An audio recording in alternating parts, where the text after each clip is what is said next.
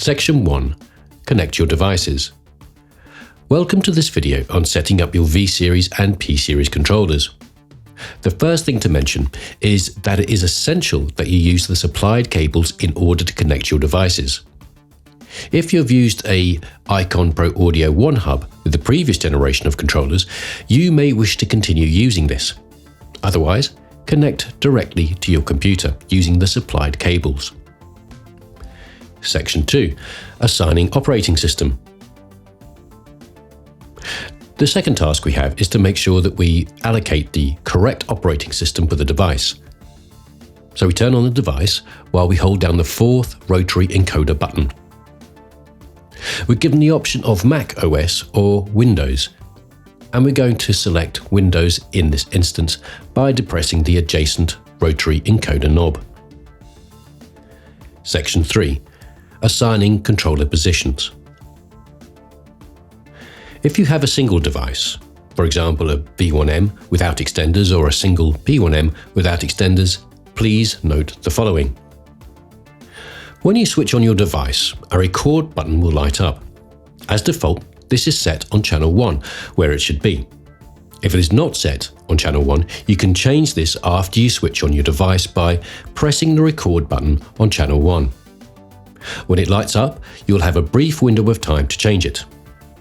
Owners of single devices can now skip the rest of this section and go directly to the next section, Section 4, Assigning DAWs. For owners of VM1 and P1-M units with P1X and V1X extenders, please note the following. The order in which the units are placed, for example one extender to the left of a main unit or a main unit placed in between two extenders, is determined by the order in which you configure the units in your DAW. However, the DAW needs to be able to identify which unit is which in order to do this. Therefore, we need to assign an identity to each unit. These identities will be known as X1 to X7, so for example X1, X2 or X3, pertaining to positions 1, position 2, position 3. As I'm sure you've already surmised, it's set using the record key of your extender or main unit when it's switched on. Let's begin by using an example of one extender and one V1-M unit, and this would equally apply to a P1-M and a P1X unit. We're going to set the V1X unit to the left of the main unit in this example. I'm going to turn on the V1X and press record on channel 1. This signifies it's going to occupy position 1, or X1. Now I'm going to turn on the main unit, the V1-M.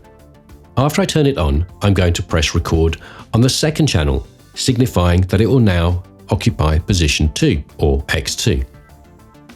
Please note that in the lower display, the track numbers now line up, i.e. tracks 1 to 8 for the extender in position 1 and tracks 9 to 16 for the main unit in position 2.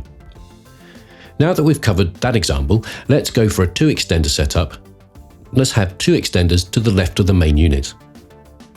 I'm going to press record on channel 1 on the first extender after powering up so that it occupies position 1, or X1. I'm going to turn on the second extender, the one in the middle, and I'm going to press record on channel 2 so that it occupies position 2, or X2. Similarly, I'm going to turn on the main unit on the right and select record on the third channel so that it occupies the third position, or X3. Please note how the track names now line up. So tracks 1 to 8 are on the first extender, tracks 9 to 16 are on the second extender, and tracks 17 to 24 are on the main unit, so we now have 3 units identified in positions 1, 2 and 3, or X1, X2 and X3. A popular configuration is to have the main unit in the middle, so let's try that. On the first extender on the left, I'll select record on channel 1 to set it as position 1, or X1. On the second unit, the main unit, the VM1 in this instance, although it could equally be the PM1 if you have the P-Series, I'm going to set it as position 2, or X2, so I'll press record on the second channel. The last extender, the one on the right, will be set in position 3, so I will press record on channel 3 on that unit, or X3. I'm going to keep this configuration for a while, Now, whichever configuration you choose, if you set the identities of the controllers as we've just done, the DAW will be able to differentiate one controller from another, which is what we need to do in order to set them up properly in our DAW. So let's do that. Section 4. Assigning DAWs. In order to progress through this section, you will need to download and install the iMap. The iMap is available on the product page of your device. It's an easy install, so it should not take long. The iMap is where you can make changes to your device, update firmware, and it also helps the extender and main unit communicate with each other and the DAW. You'll need to keep the iMap running in the background when you're using your devices and your DAW. Something to note is that you can change the main device iMap to the extender iMap by clicking on the title. It's also important to know that when you do come to update firmware, that the firmware version is different from the iMap version, as they are both completely different entities. Think of the iMap as the vessel which delivers firmware, it's not the firmware itself. But we'll cover firmware updates in another video. And now to the business of assigning DAWs. We can change the DAW that we're going to use by selecting buttons 1 to 3 in the iMap. Here, you can see that I've already chosen Cubase for DAW button number 1, which you can see on your main controller. For button number 2, I'm going to select Ableton Live. So, I select the button in the iMap and choose Ableton Live from the drop-down menu on the right. And it really is as simple as that. You don't need to do this for the extenders as well, as this will be communicated to them via the iMap. I would advise that you save your file so you can easily record it, and you can also set your iMap settings as your default. We can see in the General Settings tab how the MIDI messages are sent to the controller. You can also see how the touchscreens are laid out. You can play around with these and set them to your own specifications. Changes are immediate and you can reset to default at any time by right-clicking in the main window. We can select any one of the 18 supported DAWs listed in the drop-down menu for the third button. Equally, if we had a mastering setup in Cubase and a general mixing setup in the same DAW, we could select Cubase for 2 or even 3 buttons. The same for every one of the 18 supported DAWs. So now it's time to configure our 2 DAWs that we've set for buttons 1 and 2, Cubase and Ableton. Section 5. Configuring the DAWs. Before we start, let's remember this diagram from the manual. It gives a general overview of how the DAW choices are configured. And remember, you have DAWs 1 to 3. The DAW I've set for DAW button 1, in this case Cubase, will be configured as the first MIDI input, as we can see here.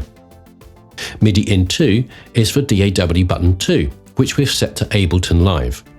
MIDI in 3 is for whichever DAW you've chosen for DAW button 3. MIDI in 4 should never be selected within your DAW because that's what the iMap uses to communicate with the devices.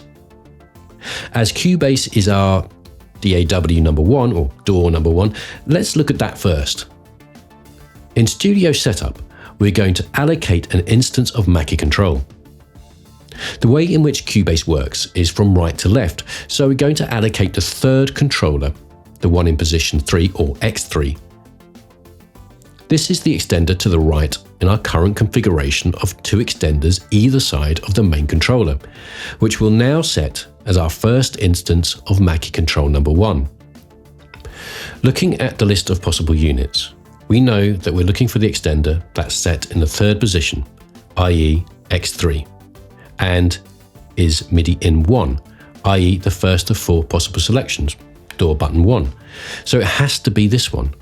This choice has the device listed as V1X3 and it's the first MIDI in. I'll now choose the exact same output. I know I'm looking for the controller, the extender controller in the X3 position and the first in a cluster of 4 possible choices, MIDI in 1. So this is the one, V1X3. For the P1X, it would obviously be P1X3. So that's my first unit selected. Now to add a further instance of Mackie Control in Cubase. This will be the middle unit, and of course, that's the main VM1 unit. In this case, we're not actually looking for an X number. The main units are always just seen as main units within the DAW. When you set the position in the initial setup using the record button, you are primarily setting the order of the tracks in the lower display for the main unit. In the extender's case, it does set the identity, however. So here we are. I can see the main unit, it's DAW number 1, so I know it correlates to MIDI in 1, so I'll add that to my MIDI in and out for Mackie Control 2. Now for the final controller. This is the last instance of Mackie Control we're going to add in Cubase, Mackie Control 3. It's the last one working from right to left in Cubase, so I know it will be the first controller I added when I allocated controller positions, i.e. position 1, X1. So now I know that I'm looking for the extender with X1 in the title and first in the list in a cluster of 4 MIDI ins, i.e. MIDI in 1. And here it is, V1X1. For a P1X extender, obviously, this would be P1X1. So I'll add this as my MIDI in and my MIDI out for our instance of Mackie Control 3. Before we go to Ableton Live, just a quick word about Cubase. It's probably best to use Cubase in compatibility mode. Go to Studio, More Options, and each instance of Mackie Control. You can see here that there are 3, as we've just added. Now, click on Compatibility for all 3 instances of Mackie Control. Additionally, this goes for pretty much all DAWs, but all unused instances of Mackie Control should be deleted. Now, let's march on to Ableton Live. Let's navigate to Options, Preferences, and go to the link Tempo MIDI tab. We're sticking with our configuration of a main unit in between 2 extenders, and since we know that will be the case, we can start by adding 2 Mackie XT instances either side of the main unit. Some DAWs, but not all DAWs, use the term Mackie XT to denote extenders. Now, if you remember, we've added Ableton Live as our second DAW, i.e. DAW button 2. So the instances where we are configuring the DAW will be in MIDI in 2 or port 2 as Ableton Live terms it. It's exactly the same thing. So MIDI in 1 is port 1, MIDI in 2 is port 2, MIDI in 3 is port 3, MIDI in 4 is port 4. And as we know, we never use port 4 or MIDI in 4. As Ableton works from top to bottom, the top being the controller on the left-hand side, we know that this is going to be straightforward. We're adding the units in the order that they were first arranged using the record buttons, i.e. X1, X2, X3, and we're going to be looking for port 2, or MIDI in 2 in old money. And I found the first extender very quickly. Here it is, V1X1 on port 2. So we'll add that for our first instance of Mackie XT for the input and output. Now for the main unit, as a Mackie Control instance in the middle of the 2 extenders. And here we are, easily finding the V1-M on port 2. No need to look for an X number because it isn't an extender and will always be seen as an independent device within the DAW. We'll use this for our input and output. For the last extender, in position 3, i.e. X3, we're looking for port 2, and here it is. We'll use this for our input and output. Okay, we've got just enough time to go over another DAW. Let's mix it up this time, and let's go for a configuration of 2 extenders to the left of the main controller. So what do I need to do now? Correct, I need to set the controller placements, using the record button 1 to 3 after I start up the machines.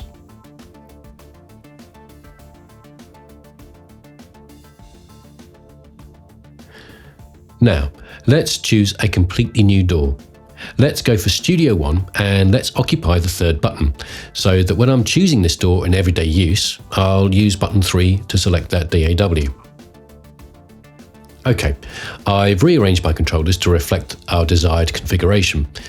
Now I'm going to select button 3 in the IMAP and select Studio 1 from the drop-down menu. And we're done here. Just remember to minimize the IMAP window if you wish to clear your screen. Don't close it. Remember, IMAP has to be open at all times. Okay, so I've opened Studio One and I'm going to add the two extenders first and then the main unit. Now, it doesn't actually matter which order you add the units in this box, because you will arrange them again a little bit later on in your own configuration. But to keep things very clear and simple for us, we'll proceed in this way. Okay, so I'm adding my first extender, which is set as X1, so we know it's going to be in the first position. We know it's a V1X extender, so we'll ignore the first choice we come to because we know for definite it's not a V1M.